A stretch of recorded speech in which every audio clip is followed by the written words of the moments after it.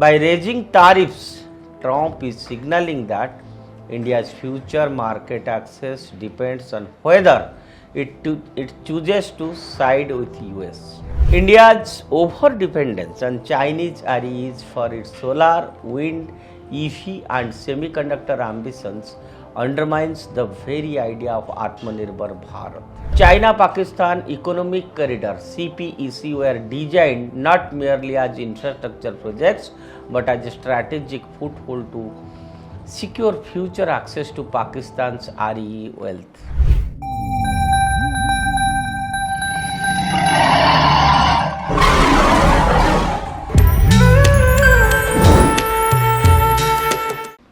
Namaskar friends, I welcome you all to the digital media of Uday India, and in India Things I will speak about Donald Trump's tariff impact in India.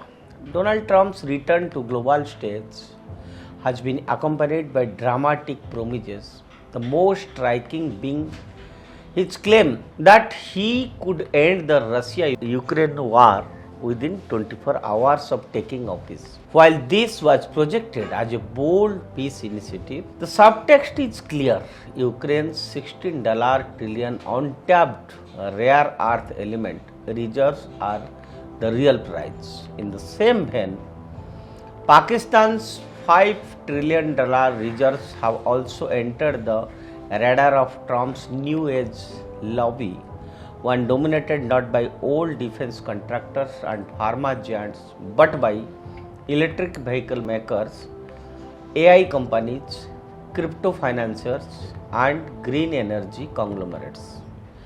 Against this backdrop, Trump's tariff drama with India, be it on steel, aluminium or even pharmaceuticals, cannot be dismissed as isolated trade disputes. For India, these tariffs must be read as pressure tactics tied to Washington's REE strategy, a strategy that aims to reshape global supply chains away from China and bring India into US-led consortium. From India's standpoint, the issue is not simply about safeguarding current exports. The real question is, what role does New Delhi play in the rare earth race of the 21st century? India doesn't have the scale of reserves that Ukraine or Pakistan boasts, but its strategic importance is undeniable. First, India is the world's fastest growing green energy and EV market, which makes it a natural future consumer of REEs.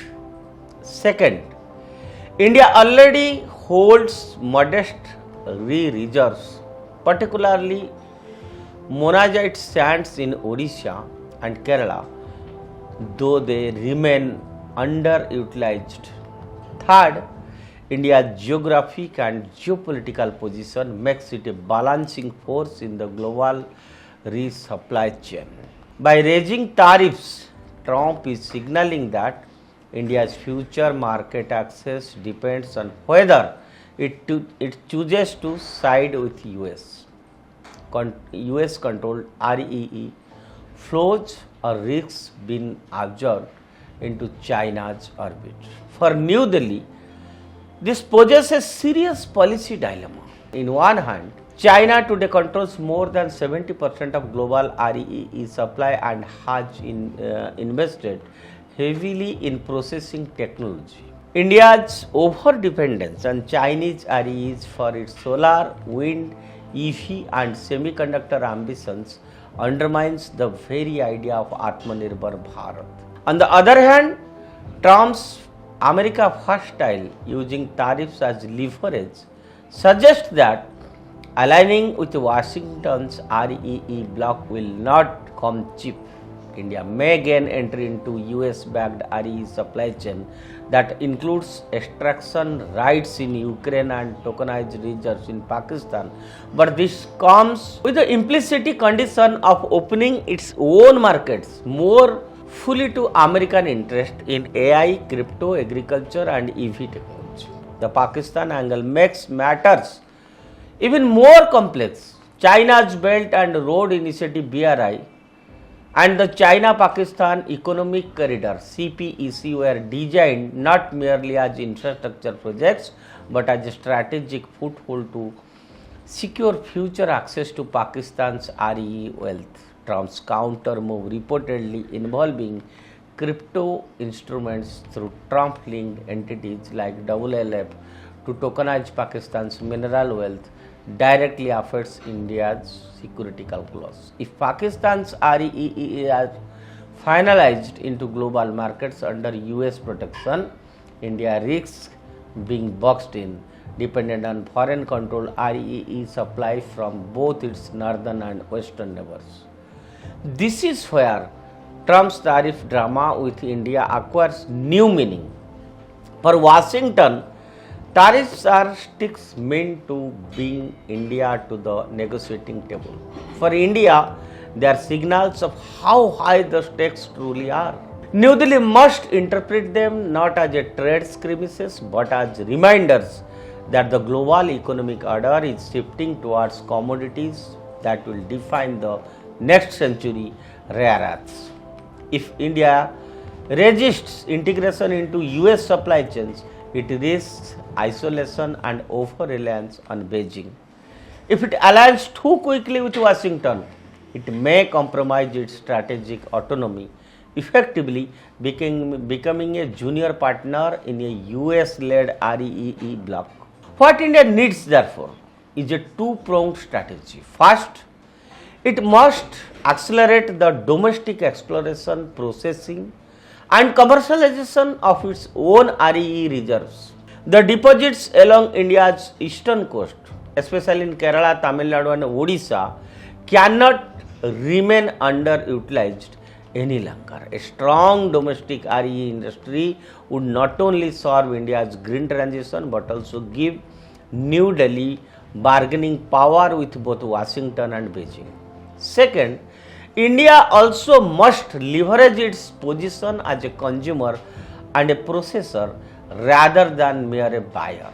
By offering itself as a refining and manufacturing hub for REEs extracted from Ukraine or Africa, India can secure preferential access resources without becoming overly dependent on US or Chinese dictates. Equally important is India must navigate the Pakistan factor carefully. If Trump succeeds in finalizing Pakistan's REEs, India will face new vulnerabilities, both economic and strategic. This makes partnership with other REE rich nations such as Australia, Vietnam, and African states, and that is crucial.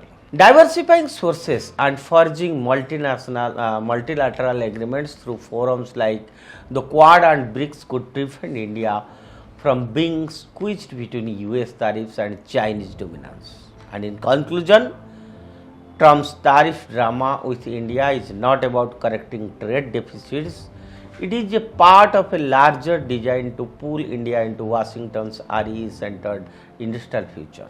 For New Delhi, the challenge is to avoid being cornered by these pressures while ensuring that its own REE potential is unlocked.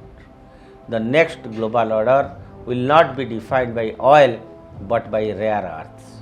If India plays its cards wisely, investing in domestic reserves, building, redefining capacity, and diversifying international partnerships, it can transfer tariffs from a liability into a leverage.